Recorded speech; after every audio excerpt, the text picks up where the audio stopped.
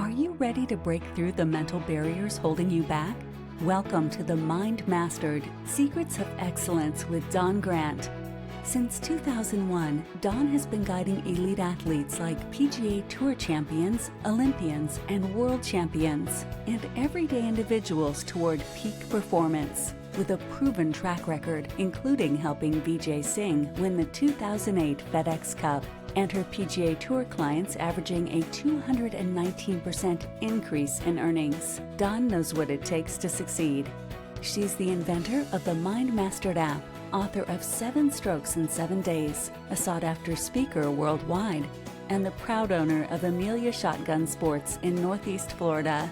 Join us as we dive into powerful strategies, inspiring interviews, and Dawn's unique insights to help you excel in every area of your life, sports, career, relationships, and beyond.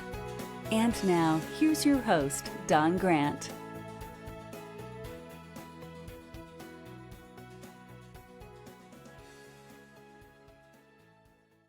Hey there, everybody. Welcome to Mind Mastered, the Secrets of Excellence. This is Don Grant, your host, and I'm excited to have here with me today Allison Brager, who has an awesome resume and some cool things that she's doing and a lot of parallels to what I'm teaching and doing as well. But I think that it's going to be really interesting to see the similarities and also how she's applying that in probably a much deeper way. But Allison, thank you for being here. Oh, thank you so much. So tell me if you could give me and the audience this, a quick synopsis, and then we're going to dive in deeper. So what are some of your accomplishments, and who are you, and what do you bring to the table? Yeah, so it's funny. My own students, I recently had them complete a purpose paper in terms of what their purpose is in life. And so I, in this stage, have identify as an educator, a coach, and a mentor, having been on the other side for so long. So I was a college athlete, tried to make the 2008 Olympic team in track and field. Wasn't successful, but then found the sport of CrossFit as I was getting my PhD in neuroscience. Ended up competing in the CrossFit Games and continuing on with my education in neuroscience. Spent a little bit of time teaching and doing research with neuroscience at a medical school. Before realizing I wanted a greater call to service. And so I ended up commissioning in the military as a neuroscientist. That's not really well known that the military has scientists as part of daily military operations, but it also makes sense just because of if you think about a lot of new technology that's available to the public, most of that novel technology starts with military use before it is transitioned for helping Nice. the public in some capacity. So that's, I guess my life in a nutshell. 41 Okay. on Earth. I just turned 41 last week. So Oh, happy birthday. neither of us are around the sun. Yeah, that's a good little synopsis. So let's go back a little bit. I'm curious, like, where did you grow up, and were you interested in sport from a really young age? What was it that pulled you towards that? Yeah, so I grew up in Youngstown, Ohio, which is actually really well known for sports. There's actually an ESPN documentary about my hometown. It's called Youngstown Boys, featuring Jim Tressel, who was a renowned football coach at Ohio State and one of his star players, who was his star player until he got caught up with gang and drugs and other things, which actually is kind of reminiscent of where I grew up. So I grew up in Youngstown, which at the time when I was in high school, we were the most dangerous city in the country. Like per capita, we had more murders than any other U.S. city. Oh, wow. So higher than Compton, higher than Camden, New Jersey, those, higher than any class place you think is like a dangerous place. Right. And so there was always this sentiment growing up where I did that your ticket out of town was to be good at sports. So that was sort of instilled in the community from a very early age, um, with success. Like Bernie Kosar went to my high school. That to me is actually my greatest accomplishment is I share the same Hall of Fame as Bernie Kosar. Oh, come on now. He was inducted into our high school's Hall of Fame, obviously at Right. different times. I had a great uncle who was a linebacker for the New York Giants. I have a distant cousin who's a quarterback for the New England Patriots. Um, and I didn't even think about it at the time, but everyone on my mom's side of the family was a college athlete, largely Division I athletes. But that is something that I realize now in hindsight, that's not rare. That's not common in R most families that right. one. I would say not. No. Yeah. And so that being said, like I wanted to be a professional athlete when I grew up. And if not that, I think like every other kid, I wanted to be an astronaut.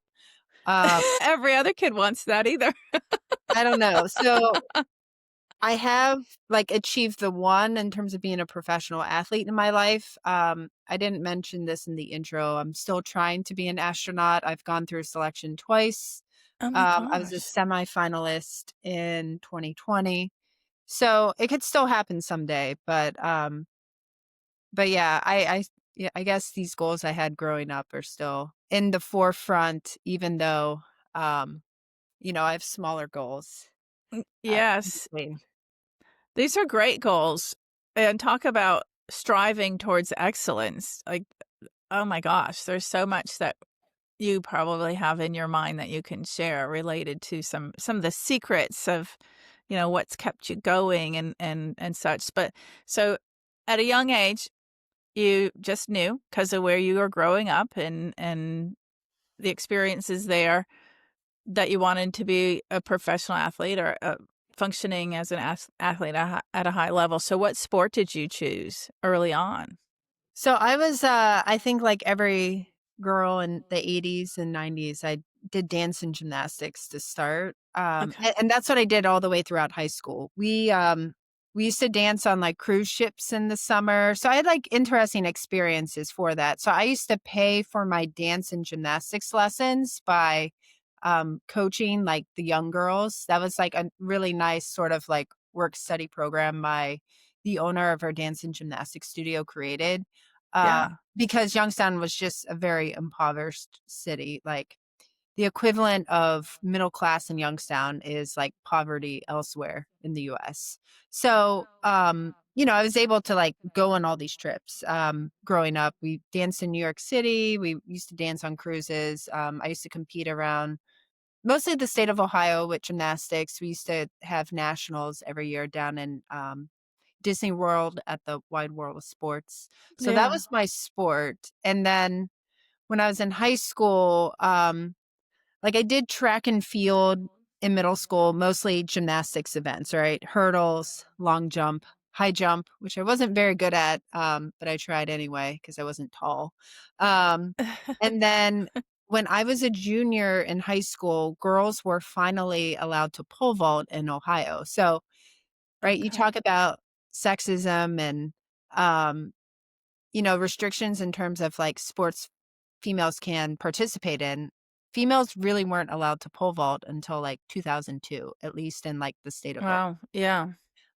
So a lot of the girls that I grew up doing gymnastics with and myself ended up being the first pole vaulters in Ohio, like the first state champions in the sport. And then most of us gave up gymnastics to compete in pole vault in college. So that's what Wow. I did in college. I was a pole vaulter and then I was a heptathlete. So, right, 400-meter hurdles, all 7 events of the heptathlon, which are all very much harnessing the strengths of being a gymnast. Yeah, for sure. I find pole vaulting very fascinating. I mean, I really do. And I've never even come close to even considering trying it. So I don't really even know what goes into it other than watching it. Looks pretty spectacular.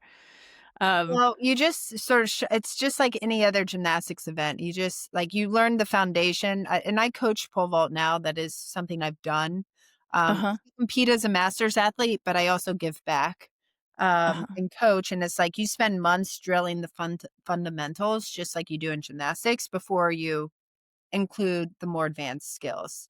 Not every Yeah. coach does that, but you're also increasing the risk for injury and stuff if you're not doing that. Yeah. And so it takes like years for kids to have a breakthrough. It's one of those sports like gymnastics. You spend years working on something and then one day you have a breakthrough where you'll go, and this happens to nearly everyone, like boy or girl. Like a girl will go from like 6 feet to 9 feet overnight, and a boy will Wow. go from like 7 feet to 11 feet overnight, just because this one day they finally put all the fundamentals together Yeah. to make it work. That's fascinating. I had no idea of that little stat and how it could happen that quickly and overnight. Um, Tell me if I'm wrong, but does that have something to do with not being so conscious about it and having had enough repetition that it then becomes more intuitive? Yeah, for sure. It's certainly muscle memory. Like it's one of those things. Like right now, I'm lucky if I get to pole vault like 7, 8 times a year. Just because of, right, being an adult and having a career and schedule. But I've taken in my adult life like a 4-year break from pole vaulting just because, right during COVID, it's not like I had Mm. access to a facility.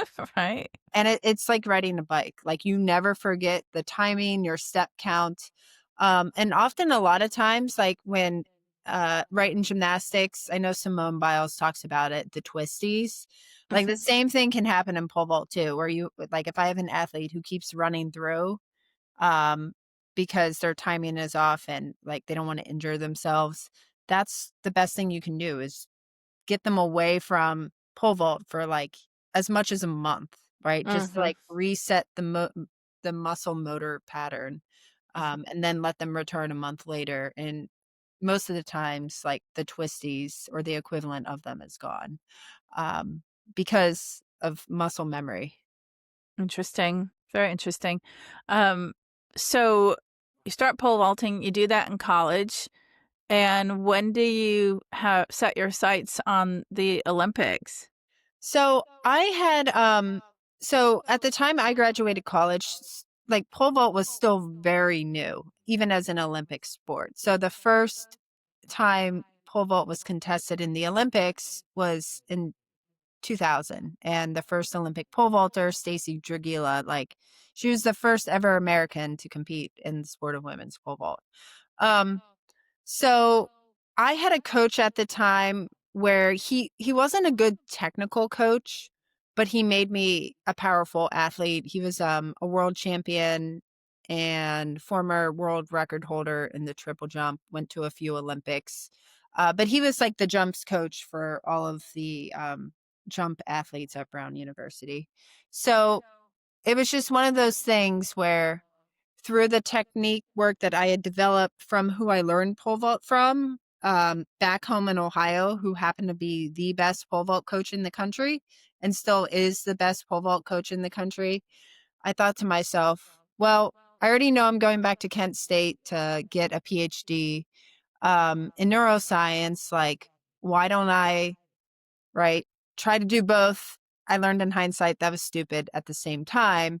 And so I went back to Kent State to get my PhD in neuroscience. And then right down the street was where Coach Dennis Mitchell, the coach of University of Akron, was. Um, and try to see like what could happen. Because I graduated college in 2007. So the trials would have been spring of 2008. Mm. And I had a sense of the timeline because my former high school teammate, she's never made an Olympics, but she has competed in 4 Olympic trials in shot put and hammer and I think discus. Mhm. And so I had a sense of the timeline from her in terms of like what the sweet spots were for competing and like at what point do your marks need to be good enough to consider like entering the trials and stuff. Right. But I would say like right in those first few months of realizing like, well, even though I've gotten better in college and now I am working with one of the best technical pole vault coaches in the world, it's probably just with my schoolwork and the rigor of this program not feasible. So, Mhm. I didn't end up even qualifying for the trials, and then continued on with my PhD. Gotcha. And what pulled you towards neuroscience?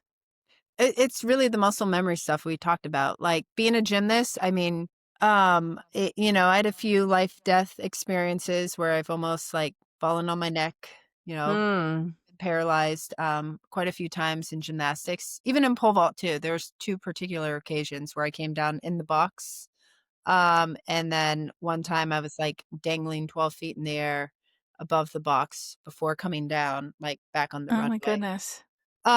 And so I always knew there was a mental aspect of sport, and in a way that you don't consciously, right? When you're flipping upside down and twisting and doing multiple rotations, you're not thinking clearly, you're just reacting to the environment and how you feel. And like time moves very slowly in your head, even though it's moving very quickly on the ground. And so I was always just fascinated by the mental aspects of high risk sports. And so that's really what drew me into neuroscience. Very interesting. D do you come across very many athletes, even as a coach, who don't believe in the mental game? Oh, yeah. It's, not to discriminate by sex, but girls definitely, having coached both girls and boys, girls definitely believe more in the mental game than boys do. Yeah, I think at yeah. the elite level, they all do, but certainly high school boys, they're not thinking with their head. They're just living off of pure testosterone. Um, and I would have to regulate that. So when I was in graduate school, I was a high school coach. And, I'd have to tell my boys like all the time, right? This girl would come around who they're trying to impress, or say their girlfriend came to practice and all of a sudden now like they want to get on a larger pole, which means they have to grip up higher, they have to run faster, they have to fix their timing, and like all these situations for increased risk of injury, including serious injury. And I'd have to like talk them down and be like, no, you are not doing this just so you can impress this person. That has been my personal, I mean, and I will say being in the army too, it's the same Yeah. things. Like having worked with like the tip of the spear operators, like yes, they 1000% believe in the powers of visualization and mental rehearsal, and positive self-talk and all those things. But in the more conventional military, it's mostly the women that are embracing it more than the guys. And usually the guys will get there, but they have to learn a hard lesson first sometimes. I could see that. I've worked with, LPGA, PGA Tour pros and, yeah, basketball, professional boxers, but, what took over was shotgun sport shooting as far as it just got around like wildfire, they just started Yeah. talking about it faster and it grew faster, and it's mostly men. But I've been working with them, um, and one of the only in the industry, like, there's basically 3 of us and that are pretty well known for it in this industry.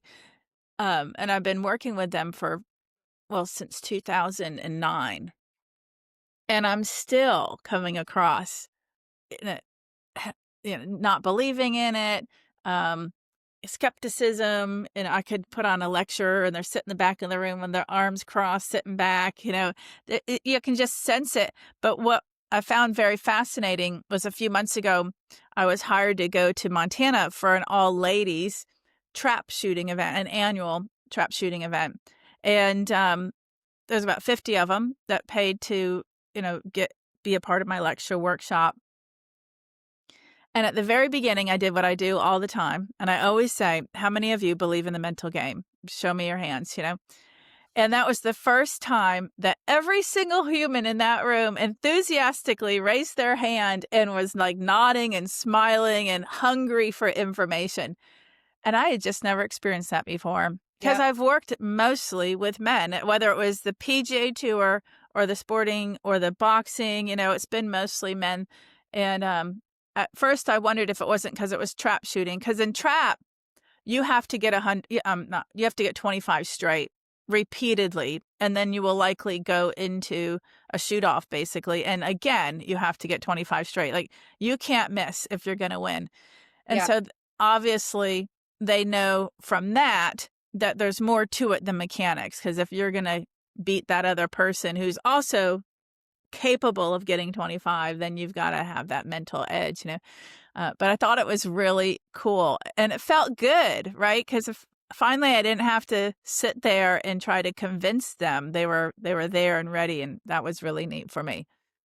Yeah. No, I totally believe it. I mean, not to do like battle of the sexes with research and stuff too much, but isn't there research to show too that like women are better at things that are like fine motor skills such as marksmanship than men? Because I know that's true at least in the aviation community. Like when you look at like female performance on say controlling an aircraft in a simulated situation, Yeah.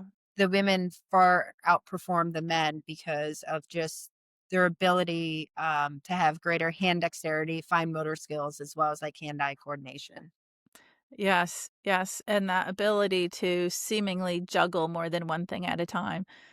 Yep. Um, what fascinating, taking that back to shotgun sports shooting, competitive shooting, men still win a majority of the events, even though there are women there. And what I find really interesting, because, you think about something like CrossFit, and there's clearly activities or sports where a male body could dominate, right? Mhm. Um, but in shotgun sports shooting, the guns are basically the same. They're going the same amount of time. They're shooting the same exact targets.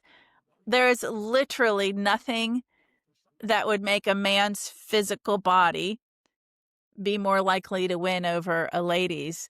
And there's a lot of, I usually have a different podcast where I talk about clay shooting, and that's one of the questions I typically ask the men or the women.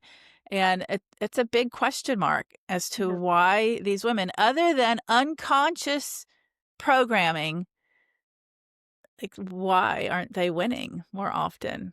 Yeah. I wonder if it's like an endurance piece too, because I don't know how long these competitions are, but like we know women have greater aerobic capacity and endurance than men because of you don't see that though until you hit like the 50 100 mile uh Right. ultra running races or ultra cycling races, but maybe like the trap shooting competition is just short enough where it's going to favor like the power, the stamina, and those like athletic Yeah. attributes of it. I don't know. I don't do trap shooting. I mean, obviously I do marksmanship here and there. Yeah. I've gotten Yeah. trapped recently. I Yeah. feel like I need to. It is fun in a different way. Um, Sporting clays is the one that I'm most involved in, which is basically, let's say, like golf with a shotgun. You're going Yep. station to station. Yeah. So right now, well, all right. So you said that you were looking at going to the Olympics. You were doing the pole vaulting. You were also coaching. You're going to school for your neuroscience.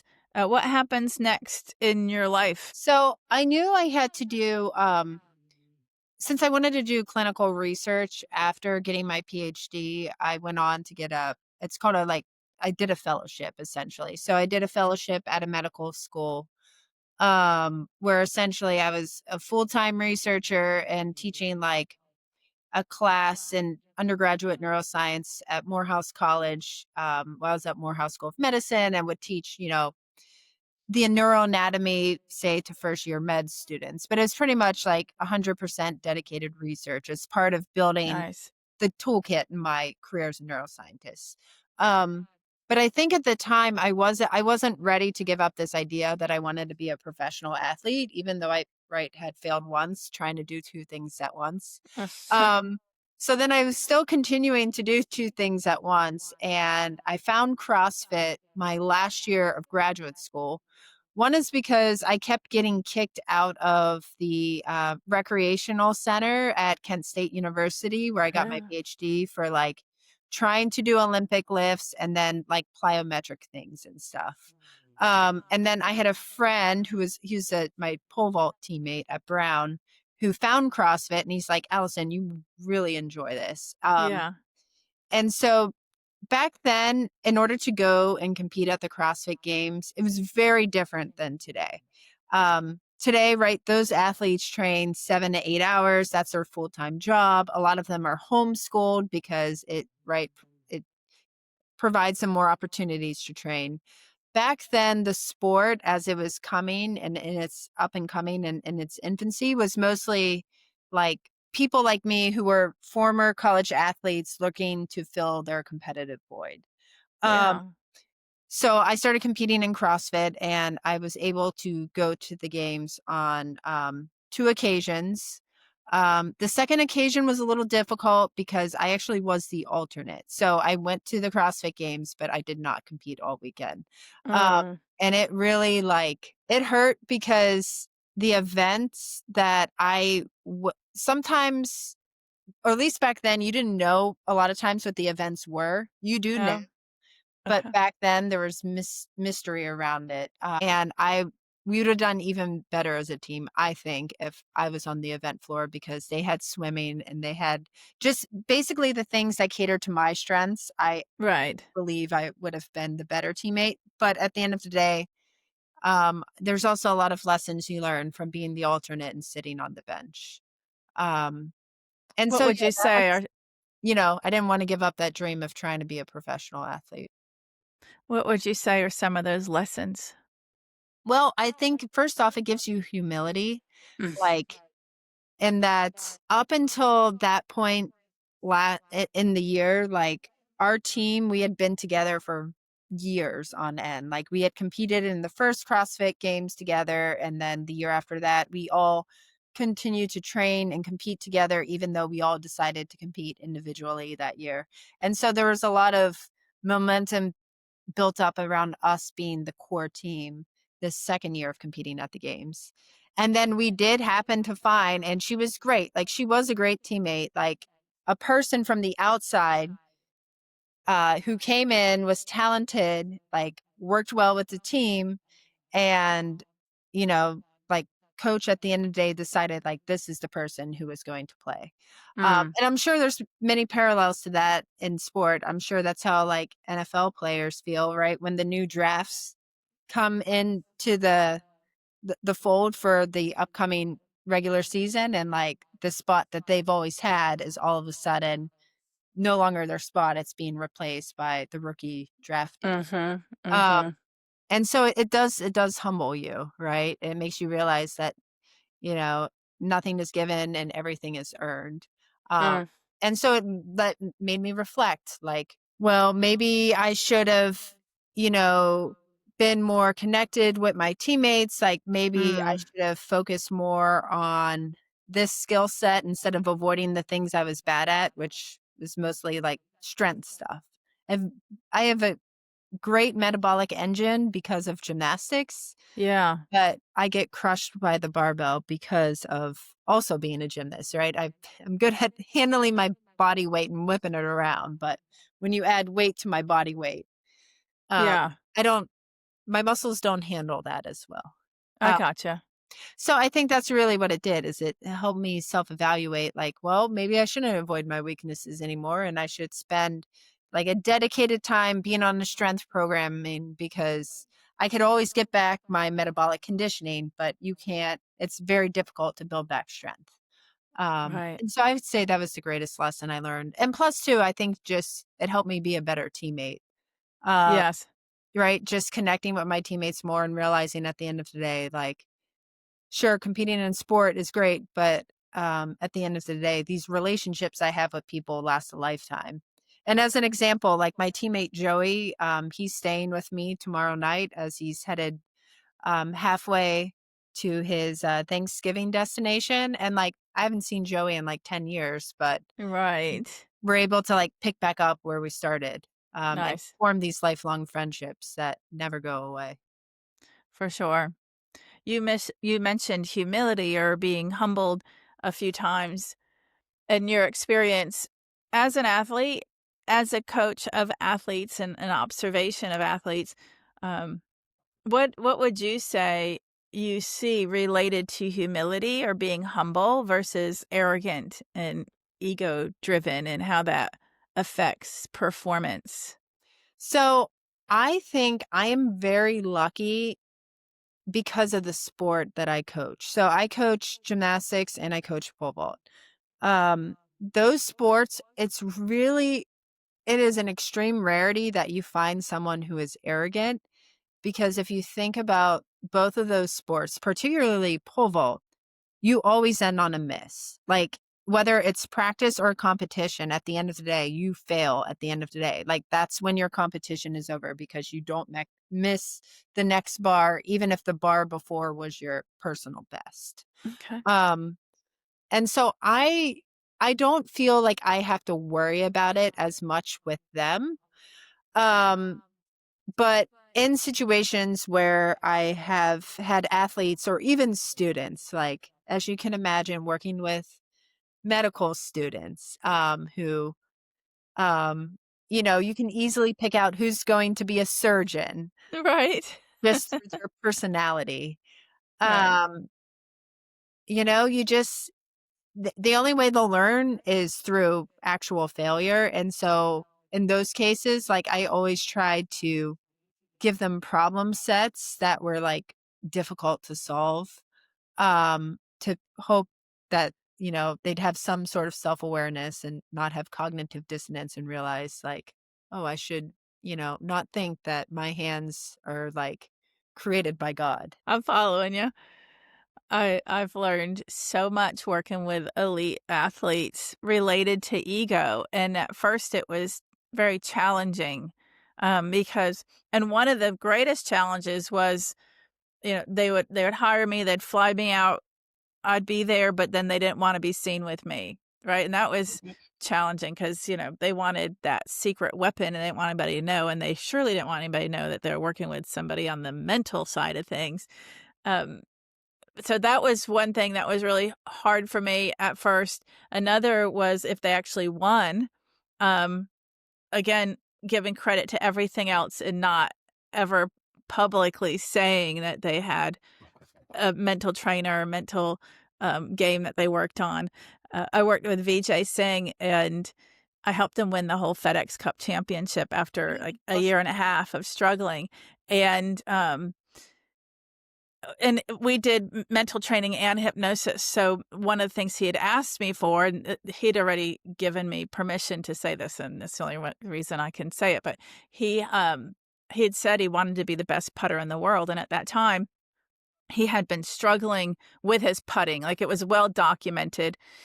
And so, I worked with him over several days, and then I made him his own hypnosis audio, and in there was a ton of suggestions on mindset and confidence and belief and blah, blah, blah.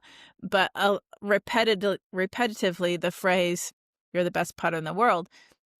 And when he went out for the first playoff series event, he won on his putting in the third playoff hole. And when they interviewed him and asked him how he would explain that turnaround, he said, "Well, I'm the best putter in the world," you know, without even flinching. Yeah. And it was hilarious. But he went and he played the second event of that 4-week series and broke a course record on his putting. But by then was right back at king of the world, right? So he's already right back at believing he had it all, and didn't have any follow through. Didn't want me at the events. Didn't want to admit to it, and then he fell off the wagon. Yeah. Um, so I've seen it firsthand, and it's actually now one of the things I teach is how to have humility and be humble about it. And to me, I think it takes people further, no matter what they're wanting to have peak performance Oh, in, yeah. versus riding the wave briefly and then crashing. And I think Tiger Woods, in my opinion, is another example of that, because that ego can just get fed and fed and fed. And next thing you know, it's like out of control. It's thinking they're all high and mighty and can do whatever they want. And they crash and burn. Yeah. No, I think you're absolutely right. I've spent a lot of my career working with, like, the best special operators in the world, and that is like the number one quality of them is they just think they're like a good old boy. Like they are America's true heroes and they have done incredible things and continue to. But at the end of the day, they always just want to learn whether it's a new skill or talent or hobby, like personally or professionally. And that's something in my students now I try to instill. It's going to be a steep learning curve for them, but I think the ones who will develop humility, those are going to be the same ones who will end up in the special operations community. I think there are a lot of parallels between that and humility, because that is also something too, like, without saying like too much about assessment and selection, but that is something that, right, a lot of the folks who do that look for is they want people who learn from their mistakes and realize, oh, there is somebody else better than me, so I better get back to work and chase that. I'm actually glad to hear that because I would have just assumed, without applying everything I just said, I would have assumed that the more elite in the military would have been the ego ones. Nope, not at all. Yeah. It is the what do you call it? Dunning-Kruger effect, like to an Yeah. extreme. So with certain organizations I've worked with that are like average, I would even argue below average, like continually have like failed missions. They Yeah. think they are the best, and Right. they don't Right. even know how to spell humility. Ah! Yeah. Ooh. But it's certainly, at least in the world I've seen, I think the Dunning-Kruger effect is very real. Um, Yes. People at the top, like, realize, they got there through hard work, but there's still more work to do. Love it. I had interviewed somebody for my podcast recently, and he likes to do like very extreme endurance challenges in a way to raise awareness of different causes and such. And, whether it's swimming the English Channel or rowing for 3 days straight, just different things. And a lot of what he's done over the years has been solo. But what he said that he's realized is the team experience for him is so much more rewarding and so much more impactful and powerful. And I kind of heard you say that a little bit. Um, and then that makes me think of, being part of elite performers in the military. Like, it's a knowing that you're a part of a team and that you play a part, and it's not a matter of it's all about me, right? Mhm. And I'm the one, and so much can be taken from that. And similar to what you said, you learned being on the sidelines as the alternate at the CrossFit games. Yeah. No, I could not agree with you enough. I think that's another thing it taught me too, is like CrossFit is a very all the sports I played were individual sports, right? Like, sure, there's a team element to CrossFit, but at the end of the day, at least how the events are structured, it's really a sum of your parts. Like there might be some workouts where you work collectively on a team, especially back then when there were 6 athletes competing at once instead of 4. Like you would do, right? You would push, for example, like this 1,000-pound sled down a football field, like, and as a team of 6. Or if you've ever seen the CrossFit games where they had the long extended wooden log, uh, Yeah. like similar to what the Navy SEAL candidates have to go through buds. Like, sure, that requires team communication, but at the end of the day, like CrossFit is very much an individual sport. And if you get 4 superstars together, you're probably going to win the CrossFit games as a team because you have 4 superstars.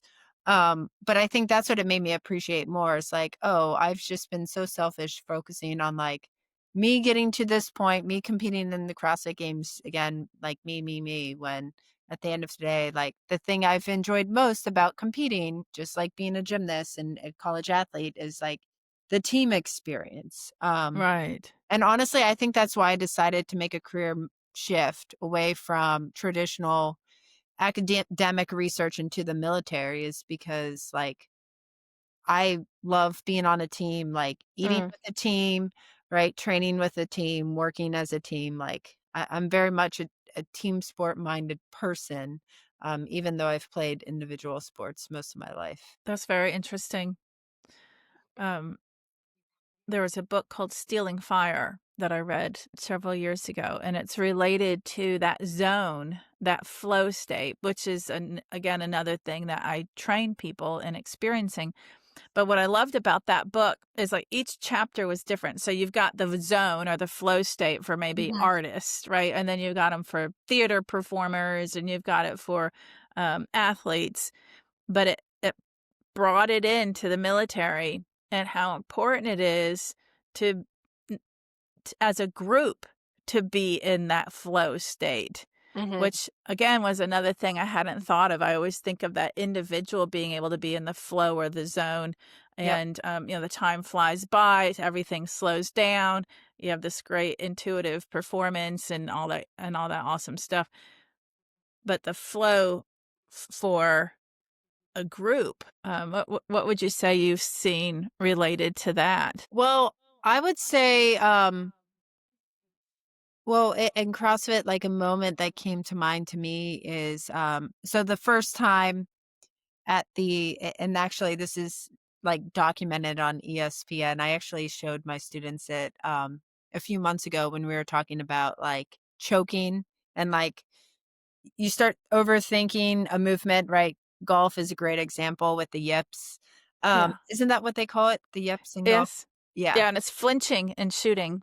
Mhm. Yeah, flinching and Mhm. shooting, and so, during the 2013 CrossFit Games, that was when they first introduced this sectioned log to mimic, right, what the BUD/S SEAL candidates do, and, we were doing great because we weren't thinking, like, we had never touched this thing before because they wouldn't even let you practice with it before we actually touched it for the first time Uh, in competition, and so we're doing this thing and we were in first place, like, the first round, and we went between the first and the third round from, like, first to almost dead last, and it wasn't for lack of fitness, it was because, like, halfway through the second round, we started overthinking it. Like, yes. we got snapped out of our immediate flow state when we didn't know what to expect, and, like, you clearly see on ESPN, like, my teammate fall, and then it was like dominoes, we all fall. Like, you see me hit the back of my head log as it's falling, Oh, and heck. just, like, it was just catastrophe, and we could not recover from it. Like, it got worse the second round, and then the third round. By that point, we were pretty much just shouting at each other. You're right. And I'm sure the same thing happens in a military operation too. Like my Um, roles, right? I have been deployed before with the military, but very much behind the scenes, not right in an active combat zone. And I was mostly there collecting research, but right, being a bystander when I do see like high precision military training, right, in the special operations community and stuff. Like those right. guys are just reacting, right? It's Yeah. all muscle memory at that point. Like slow is smooth, smooth is fast. They're not thinking. They're just going with what's reacting to what's out there in their environment. And I think similar to like what we experienced, I'm sure it's the same thing when there's a communication breakdown and there's a conflict and you know it because they're right shouting back at each other. Like they're not working with each other, they're talking to each other Right. and Right. with each other. Right. There's a lot of parallels in all these different things that we're talking about here, and I think we could probably say then there's a secret to success, and that is, well, we talked about humility being one of them, but also being a what would be a good team player, right? And if what you just said can be carried over into like a board meeting even, Yep, you can't be talking at each other. It's being able to participate in that and having humility and listening, not just hearing, like actually listening to what's being said and then coming back with maybe another statement, but that dance and stealing fire when it talked about some elite forces and going in on a mission, they had to be in this dance where it wasn't just that one person in the flow, it was the whole group of them and an yep, understanding. And again, I just find that really fascinating. I find it interesting and fascinating individually, and then I find it even more fascinating when it's a group. It's almost like those birds. I don't remember the name of them, but they dance and they make those patterns. Oh, Yeah, I don't know what they're called. trying to think. That's what's coming to my mind. Yeah, I mean, because I mean, everyone has a different role on the team, right? Even in right military operations, sure it is like at the end of the day to seize the objective, but everyone has a distinct role that they're trained as an expert in order to seize the objective. Like they're not all shooting or firing at the same target. You have someone pulling cover, you have someone doing intel, you have someone doing Right. shooting. So Yeah. I'm sure there's a flow state to that. Many moons ago, I had dated a guy that was one of the instructors at one of the facilities where they train the elite. And of course, he couldn't tell me any details of what was happening there. But I've watched documentaries and I just find it like being able to be underwater for these extended periods of time and Mhm. holding their breath. And that to me, I mean, it's endurance, right? It's no different than an endurance athlete running for 2 days or something. In the ability to manage their mind and their thoughts and keep themselves calm, being put into a confined space and, like, how long can you stay in this space? How long can you stay underwater? How long can you do these different things? And, but for a little while, my son wanted to do something like that back when he was, like, middle school, and I was like, "Yeah," you know? I bought all these books for him, but mainly because I was super fascinated with it myself. Peak performance at its ultimate. Yeah. So I did see that on your, list of what you're doing, and that's, some supporting research and development for special forces. Are you able to tell us anything about that? Yeah, so I mean broadly, like the stuff we present at conferences and stuff, it's all about like mitigating risks. So how do we prevent against injury? And the big focus now is on brain health. So realizing that even small firearms have a blast wave that's emitted from them. And so if you Mm, are firing thousands of rounds, which happens sometime in training during a day, then, and you're doing that day after end, like it is going to impact your brain because that blast wave, right, that the wave itself is traveling in through every cavity of your body, right? Your mouth, yes. nose, your even the membrane that separates your eye.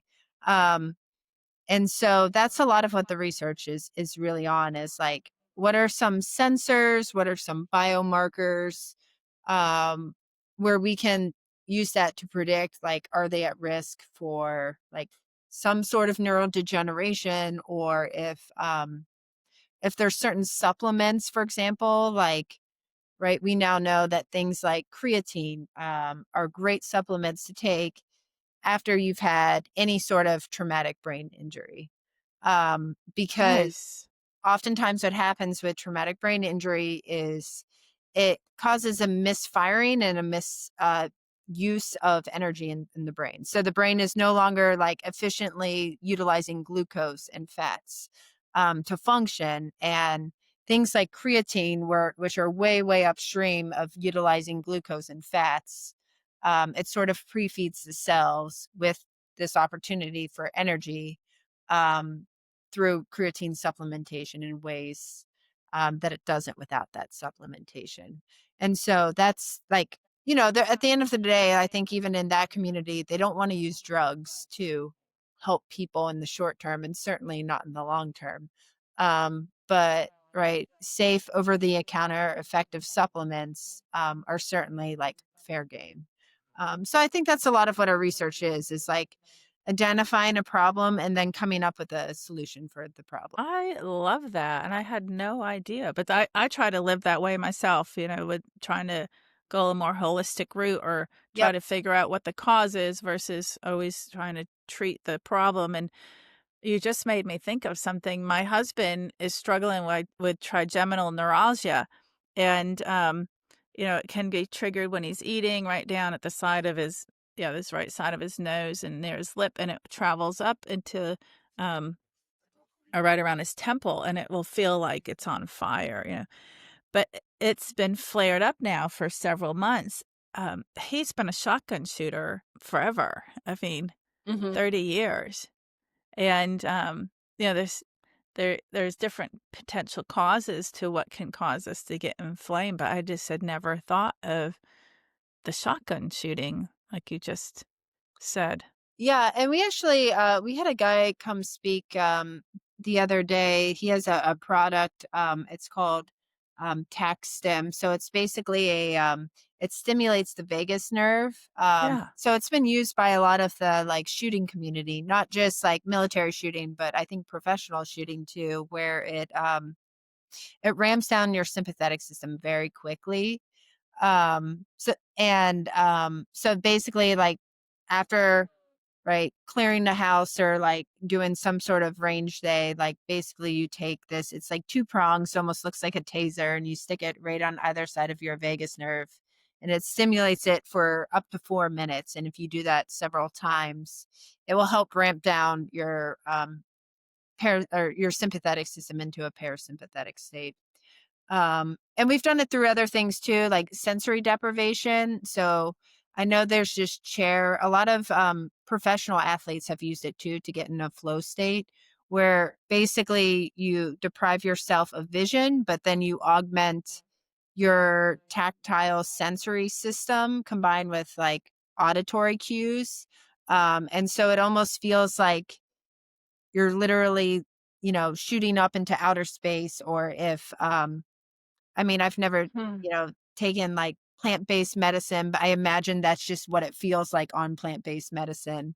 Um, Right. so that's what this chair is designed to do, is sort of redirect the sensory information into a different experience, which somehow in the process like ramps down your nervous system from sympathetic to parasympathetic. Interesting.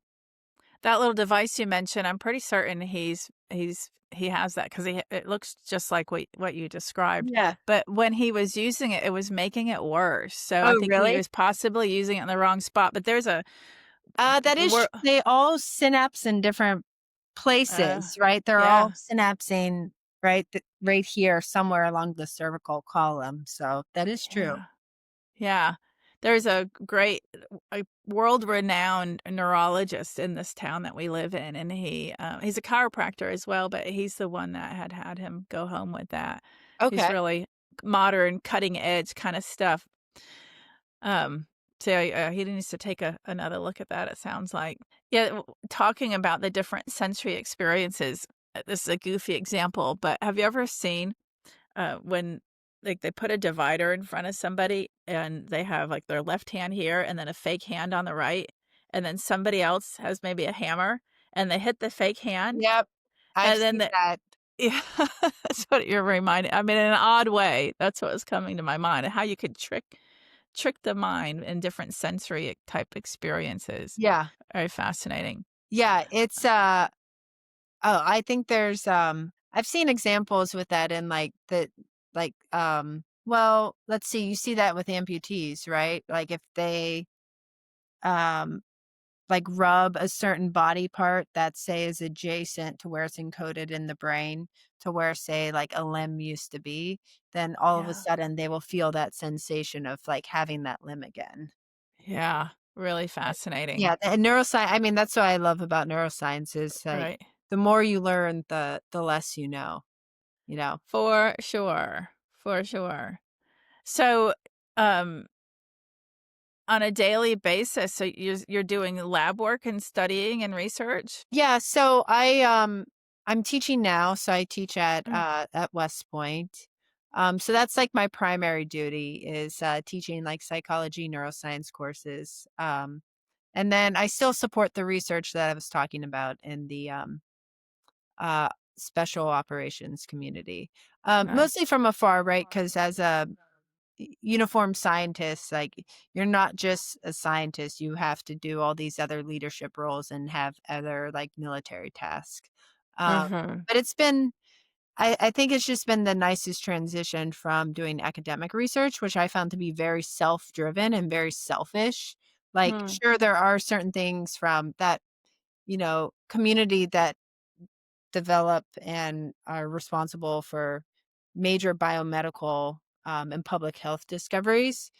But oftentimes the culture and the intent for doing that type of research is more like self-driven passion instead of like working together as a team. Uh, Mm-hmm.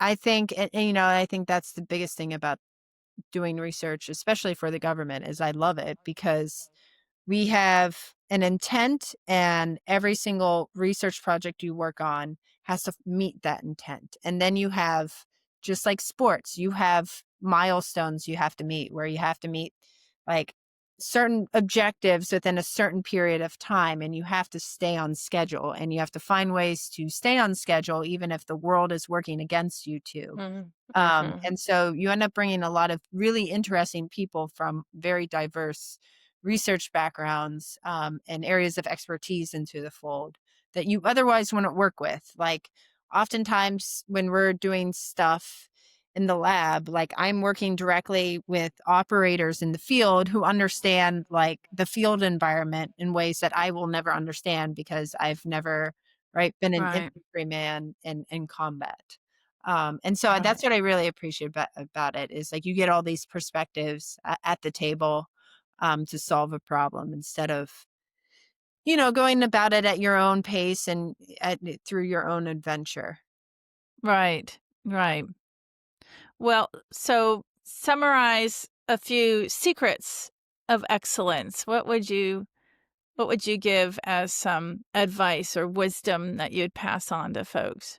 Well, I love your podcast title because that is, there is a well-known CrossFit coach named Ben Bergeron who has a book called Chasing Excellence, and I feel Mm. like that's just how I lived my life. Mhm. I think, like, if I remember correctly, that was also a motto of my public school I went to too. It was like Nice. something about excellence in the motto. I can't remember it exactly. Yeah. Um, the thing we talked about before, I had a grad school mentor who said this, and at first I thought he was being like inconsiderate and rude, but it's fail at your own pace. Right? Mm. This idea of like that's how you develop humility, is like in order to achieve something, you have to fail 10,000 more times or more. And so that's, I think any life advice is fail at your own pace. And then the Nice. one that I sort of coined myself, I would say, is plan your career around your lifestyle and not your Mm. lifestyle around your career. I think that was the biggest lesson. That's been the biggest key to my success is, right? I've always been fascinated in sports and team and community. And so I've like have a career where like sports Yeah. and community are at the forefront of what I do. Like, science aside, it doesn't matter what it is I'm doing. I always have a team. I always have a community of like-minded people with similar values, and we always do it around like some healthy competition, whether it's a mental competition or physical. Right. Right, right, right, right. I love it. That's great. Great wisdom and insight there. Um, I do want to let listeners know if they go to dawngrant.com, I have a lot of online courses, stress-free mindful living and athletes mental game, but also dawngrant.com/free, and you can get some free goodies, whether it's at my shotgun club or for any of my mental training or my Mind Mastered app. So, Miss Allison, can you please share any contact info or, social media? What do you got for us? Yeah. So I am on social media, Doc Jock ZZZ, DOC JOCKZZZ. My partner and I, we also have a consulting firm related to like solving human behavior problems. So, right, a lot of interpersonal problems in the workplace. Um, Nice. it it's called CyPrac. So CyPrac Solutions, and that's at the CyPrac on Instagram. So, but yeah, those are the two places where you can, well, find me on my personal page, and then our consulting firm, and some of the blog posts and stuff related to like human performance and human behavior. Beautiful. I love that. That sounds really cool. I look forward to poking around and seeing what you're doing there as well. Yep. Um, I can't take credit for any of it. It's all her idea. well, I you're just doing something. try to be a big cheerleader. That's all. Okay. Okay. Got ya. Got ya. All right. Perfect. Well, thank you. And if you're ever in the area, Yeah, for Amelia sure. Shotgun Sports is my club. It's in Northeast Florida. Okay. We yeah. I mean, is it like near Daytona and stuff? So Jacksonville, Florida is the very northeast tip of Florida, and Yulee and Amelia Island are just above that. My shotgun club is in Yulee.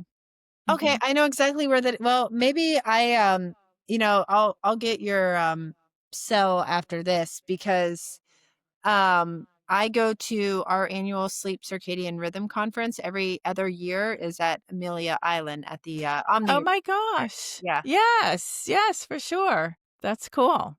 Definitely would Yeah. love to see you, and I'll bring you shooting. Okay. Sounds great. Yeah. Awesome. Well, thank you. Thanks for sharing your knowledge and insight and wisdom. Of And course. we'll chat soon. All right. We'll see ya. Thank you.